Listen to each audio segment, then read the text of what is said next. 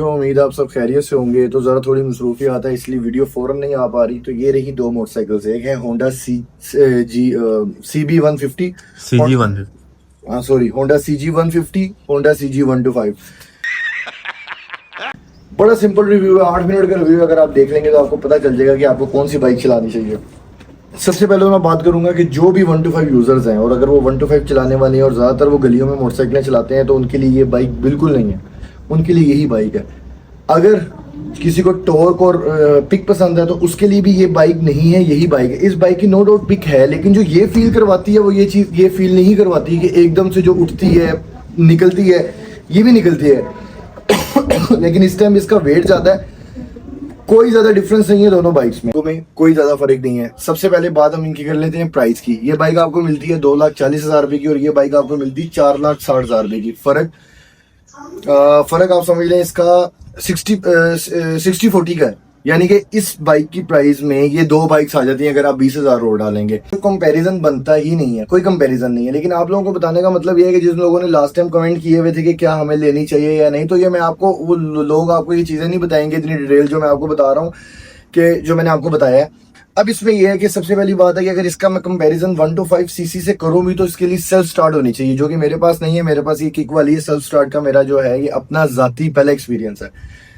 Engine की बात कर लें, 125 150 बड़ा डिफरेंस नहीं है। 125 में जो इसकी बॉडी का वेट है मेरे ख्याल से ये 100 किलो की भी नहीं है पूरी, ये 100 किलो की होगी। तो उसके मुताबिक इसके इंजन में पावर ज़्यादा है क्योंकि इसकी बॉडी का वेट कम है। अगर इसकी बात करें तो इसका ड्राई वेट 128 kg है ड्राई वेट। तो ये जाहिर है इसमें 25 सीसी पावर का फर्क पड़ा है और वेट इसका ज्यादा है। तो मतलब ये है कि अगर हम इन दोनों को पिक में देखें तो पिक में 125 ही जीतेगा, जो कि हम आपको एक्सपेरिमेंट आगे करके भी दिखा देंगे।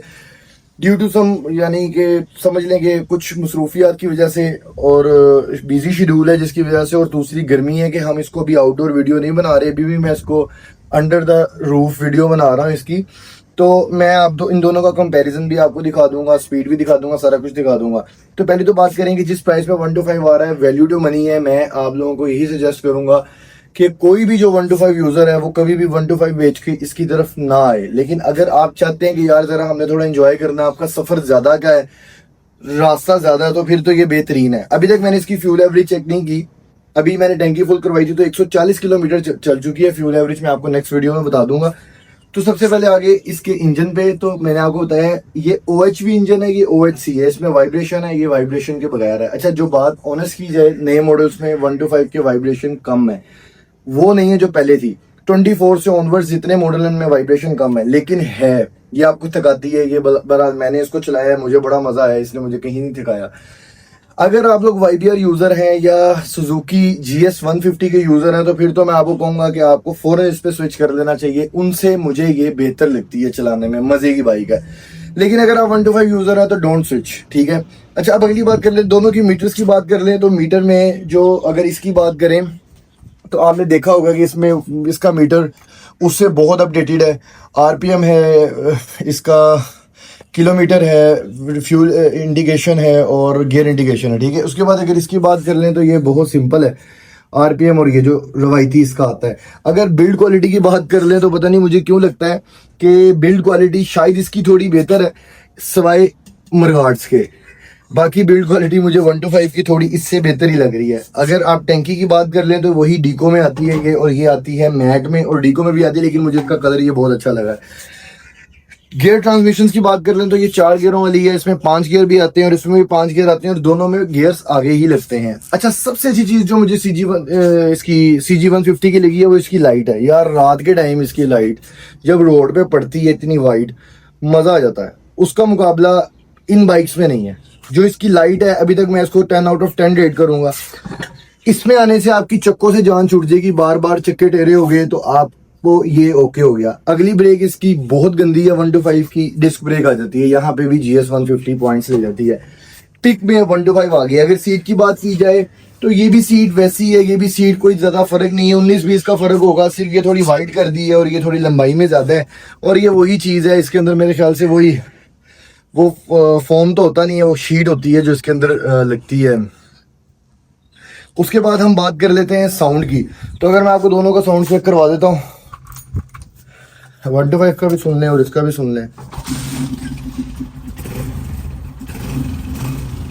तो भाईजान साउंड का भी कोई मुकाबला नहीं है, वो भी उसमें भी 1 to 5 इससे आगे है आवाज़ में अपनी। अगर उसके बाद बात कर ली जाए इसकी साइड फुटरेस्ट की, तो इसके बड़े खूबसूरत से फुटरेस्ट हैं। अगर टापों की बात कर लें तो इसका जो टापा है वो सिल्वर, क्योंकि यहाँ पे पैसों का भी फ़र्क आ जाता है, तो जाहिर है ये इससे ऊपर ही है। जो है इन्होंने ये देखें, ये क्रोम बहुत जल्दी चला जाता है, ये देखें मेरे 1 to 5 का जा चुका हुआ, यही क्वालिटी इसमें है। और ये साइडों पे वही चीज़ जो शौक वो इसके भी हैं इसके भी हैं, कोई इतना फ़र्क नहीं है। हाँ, प्राइस का बड़ा फ़र्क है, चलाने का बहुत फ़र्क है, क्वालिटी का कोई इतना खास फर्क नहीं है। क्वालिटी होंडा की है, लेकिन मसला ये है कि होंडा वर्जन बिकता है, होंडा बिकता है। सबसे अच्छी रीसेल होंडा की है, होंडा यानी कि सीजी सीरीज की, सीजी सीरीज की, उसके अलावा नहीं। तो इसलिए लोग लेते हैं। अभी आप देख लें, मेरे पास ये 1 to 5 ही है, उसके बाद मैंने ये लिया। मैंने कोई इतने अच्छे रिव्यूज नहीं इसके लिए थे, उसके बावजूद मैंने लिया कि मैं चेक करके देखूंगा, आज मैं ये बेचता हूँ तो ये मेरा बड़ा अच्छा बिक जाएगा। अब इसके अगर देखें ना, रेस की बात करें तो ये चीज़ें जो हैं इसका फ़र्क है। तो ओवरऑल अगर इसकी में डिटेल में जाने की ज़रूरत ही नहीं है, क्योंकि इन दोनों का आपस में कोई खास कंपैरिजन नहीं है। इसका सलेंसर बड़ा है, इसका सलेंसर छोटा है, लेकिन साइड में उन्होंने शीट इतनी बड़ी दे दी है कि, और जहाँ तक लोग ये कह रहे थे कि यार टैंकी का कलर, तो टैंकी के कलर को अभी तक मेरे तो कुछ नहीं हुआ, मैंने ग्रीन कलर ही लिया हुआ है। तो भाईजान यही कोई मेजर डिफरेंस दोनों बाइक्स में चलाने का है। सबसे मेजर डिफरेंस जो है वो शॉक्स का और लाइट का लगता है मुझे। शॉक्स इसके बहुत कंफर्टेबल हैं, इसके शॉक्स उस तरह से कंफर्टेबल नहीं, झटके में ये आपको वापस बड़े बुरे तरीके से पुश बैक करती है, जबकि ये नहीं करती। तो अगर मैं ओवरऑल, ये दोनों बाइक्स आपके सामने हैं। अगली ब्रेक इसकी ड्रम है, पिछली भी ड्रम है, इसकी पिछली ड्रम है, अगली इसकी जो है वो डिस्क ब्रेक है। तो अगर आप, मैं इन दोनों बाइक में, अच्छा एक चीज़ जो अच्छी है कि इसका लॉक ऊपर ही है, इसका लॉक साइड से है, तो ये ज़्यादातर चोरी होने के इम्कानात होते हैं इसके, इसका पता नहीं है, अल्लाह ना ही करे कोई मसला है।